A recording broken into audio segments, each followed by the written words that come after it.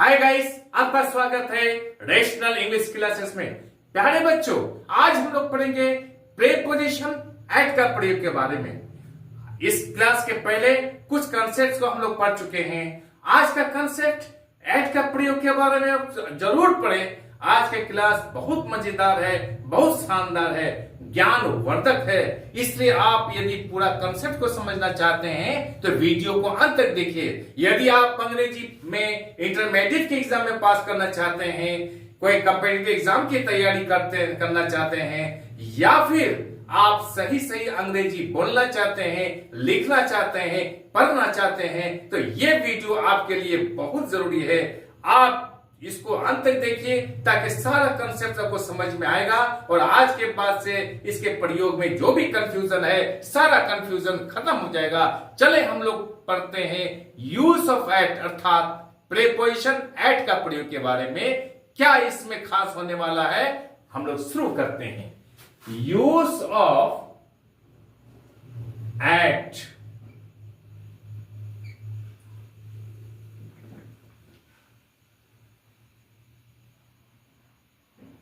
Use of at के बारे में हम लोग पढ़ेंगे। पहला कंसेप्ट है, प्यारे बच्चों याद रखिएगा, एट का प्रयोग निश्चित समय को बताने के लिए किया जाता है और साथ ही साथ समय की सबसे छोटी अवधि को बताने के लिए किया जाता है। इसमें क्या एरर आता है ये भी मैं बताऊंगा आपको, इसमें क्या कंफ्यूजन होता है ये भी मैं बताऊंगा आपको, कैसे इसमें लोग कंफ्यूजन करते हैं और किस शब्द के साथ कौन सा प्रीपोजिशन का प्रयोग किया जाता है, इसको मैं क्लियरली और स्पष्ट रूप से आपको बताऊंगा। क्या एट का प्रयोग निश्चित समय को बताने के लिए किया जाता है, तो इसको पहले हम लोग समझना है। क्या जैसे he gets up at 5 o'clock, वो 5 बजे उठता है। ये क्या हुआ, निश्चित समय है। उसी में दूसरा कंसेप्ट क्या है कि समय की सबसे छोटी अवधि को बताने के लिए एट का प्रयोग किया जाता है। कैसे और कहां, जैसे एट नून। नून का अर्थ होता है दोपहर, समझ रहे हैं? At noon, at night, at midnight. आप वीडियो को अंत तक देखिए और ध्यान से देखिए, स्क्रीनशॉट कर लीजिए या कॉपी में उतार लीजिए, यह आपको जीवन भर काम आएगा। At midnight, at dawn, DAWN, याद रखिएगा डाउन का अर्थ होता है सवेरा, DOWN नहीं, DAWN, at dawn, at daybreak, at daybreak. Daybreak का अर्थ होता है सुबह को, मॉर्निंग, समझ रहे हैं? At sunrise,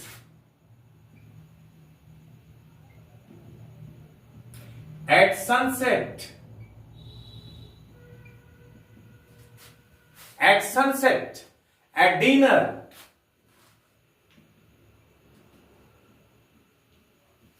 eight Christmas, CHRISTMAS, यहां पर टी साइलेंट रहता है तो हम लोग पढ़ेंगे क्रिसमस। एट क्रिसमस लिखा जाता है। At lunch time, at lunch time इत्यादि, यहां पर हम लोग एट का प्रयोग करेंगे। ये समय की सबसे छोटी अवधि है। At noon, at night, at midnight, at dawn, at daybreak, at sunrise, at sunset, at dinner, at sun Christmas, at lunch time. लेकिन याद रखिएगा, क्या रखिएगा, मॉर्निंग, इवनिंग, आफ्टरनून के साथ एट का प्रयोग नहीं होता है, इन का प्रयोग होता है। जैसे मॉर्निंग, इवनिंग, आफ्टरनून, इनके साथ एट का प्रयोग नहीं बल्कि इन प्रीपोजिशन इन का प्रयोग होता है। मैं यही बताने वाला था कि क्या कंफ्यूजन है। अब इसका एग्जांपल समझते हैं हम लोग। She will come in the morning, she will come in the morning. समझ गए? मॉर्निंग पहले यहां पर क्या लगा है, इन का प्रयोग हुआ है, यहां पर एट का प्रयोग नहीं करेंगे, केवल मॉर्निंग, इवनिंग, आफ्टरनून के साथ इनका प्रयोग करेंगे, इनके साथ एट का प्रयोग करेंगे। At noon, at night, at midnight, at town, at daybreak, at sunrise, at sunset, at dinner, at Christmas, at lunch time इत्यादि। और निश्चित समय को बताने के लिए यहां पर हम लोग एट का प्रयोग करेंगे। इस कंसेप्ट को आप सब जरूर समझ गए होंगे। अब हम लोग दूसरा कंसेप्ट पढ़ते हैं प्यारे बच्चों। एट का प्रयोग एज को बताने के लिए, उम्र को बताने के लिए किया था। जैसे राधा लेफ्ट स्कूल एट 16। इसका क्या अर्थ हो गया है, एट द एज ऑफ 16, यानी राधा स्कूल छोड़ी कब, 16 वर्ष की उम्र में, 16 वर्ष की आयु में। यहां पर एज को बताने के लिए एट का प्रयोग किया गया है। राधा लेफ्ट स्कूल एट 16, इसका अर्थ होता है Radha left school at the age of 16। उम्र को बताने के लिए एट का प्रयोग किया जाता है। अब हम लोग तीसरा कंसेप्ट पढ़ते हैं प्यारे बच्चों। हम लोग तीसरा कंसेप्ट, ये भी बहुत इंपॉर्टेंट है। अस्थाई यानी टेम्पररीली कोई काम किया जाए तो उसे बताने के लिए एट का प्रयोग करेंगे, और जो परमानेंटली अस्थाई रूप से किया जाए तो वहां पर इन का प्रयोग करेंगे। याद रखिएगा, अस्थाई अर्थात टेम्पररी तौर पर कोई काम करता है तो उसे बताने के लिए एट का प्रयोग करेंगे। उदाहरण के रूप में जैसे they are at work, they are at work, इसका अर्थ क्या होता है, यहां पर एट का प्रयोग अस्थाई है, यहां पर इसका अर्थ होता है दे आर वर्किंग नाउ, यानी वे लोग अभी काम कर रहे हैं, दे आर एट वर्क। जैसे दूसरा एग्जांपल लेता हूं मैं, हम लोग बॉयज आर एट प्ले, इसका अर्थ क्या होता है, बॉयज आर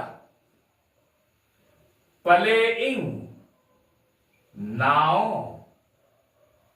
समझ गए? लेकिन याद रखिएगा, अस्थाई रूप से कोई काम किया जाए, अस्थाई रूप से यानी परमानेंटली कोई काम किया जाए, कोई व्यवसाय किया जाए, कोई बिजनेस किया जाए तो वहां पर इन का प्रयोग होता है। जैसे Rohit is in the army, Rohit is in the army, यह अस्थाई रूप से परमानेंटली वो काम करता है, आर्मी में है वो, यहां पर हम लोग इनका प्रयोग करेंगे। दूसरा example, he is in politics, वह राजनीति में है, वो राजनीति है ना, अस्थाई रूप से परमानेंटली वो राजनीति करता है, पॉलिटिक्स करता है, यहां पर हम लोग इनका प्रयोग करेंगे। तो आप समझ गए होंगे, कोई अगर अस्थाई रूप से काम करता है तो एट का प्रयोग करेंगे, कोई अगर अस्थाई रूप से परमानेंटली काम करता है तो वहां पर हम लोग इनका प्रयोग करेंगे। एग्जाम में क्या करेगा, यहां पर दे आर एट वर्क की जगह पर एट की जगह पर इन कर देगा, और यहां पर इन की जगह पर एट कर देगा। ये कंफ्यूजन आपको दे देगा। आपको याद रखना है कि जहां पर अस्थाई रूप से प्रयोग हो, कोई काम किया जाए तो इनका होगा प्रयोग, और जहां पर अस्थाई रूप से काम किया जाए तो वहां पर एट का प्रयोग होगा। इस कंसेप्ट को आप समझ गए होंगे। अब प्यारे बच्चों हम लोग चौथा कंसेप्ट पढ़ते हैं। क्या चौथा, किसी दूसरे की सफलता पर अगर कोई खुशी मनाता है तो वहां पर रिजॉइस एट का प्रयोग करेंगे। जैसे he rejoiced at my success, he REJOICED at my success, SUCCESS, he rejoiced at my success, वो मेरी सफलता पर क्या क्या खुशी मनाई। तो यहां पर दूसरे की सफलता पर खुशी मनाने पर क्या होता है, एट का प्रयोग किया जाता है। अब कोई अपनी सफलता पर खुशी मनाता है तो वहां पर इन का प्रयोग करेंगे। जैसे ही REJOICED, rejoiced in his success, वो अपनी सफलता पर खुशी मनाया। तो यहां पर जब अपनी सफलता पर खुशी मनाता है तो इनका प्रयोग किया जाता है, और दूसरे की सफलता पर अगर खुशी मनाता है तो ये एट का प्रयोग किया जाता है। याद रखिएगा, ये पॉइंट बहुत इंपॉर्टेंट है, ये एग्जामिनेशन में आता है, पूछा जाता है। अब हम लोग पांचवा कंसेप्ट पढ़ेंगे। अगला कंसेप्ट क्या है? एट का प्रयोग के कारण से, के वजह से के अर्थ में क्या आता है? जैसे we are delighted at his success, we are delighted, यहां पर एट हिज सक्सेस लिखेंगे हम लोग, SUCCESS। यहां पर क्या किया? We are delighted at his success, हम लोग उसकी सफलता के कारण खुशी मनाया। दूसरा एग्जांपल लेते हैं। I have done this at his request, I have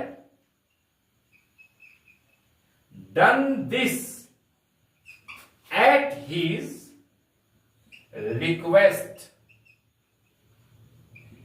I have done this, मैंने इसे किया है, किसके कारण? एट हिज रिक्वेस्ट, उसके रिक्वेस्ट के कारण, उसके प्रार्थना के कारण। प्यारे बच्चों, आई एम श्योर कि सारा कंसेप्ट आप समझ गए होंगे।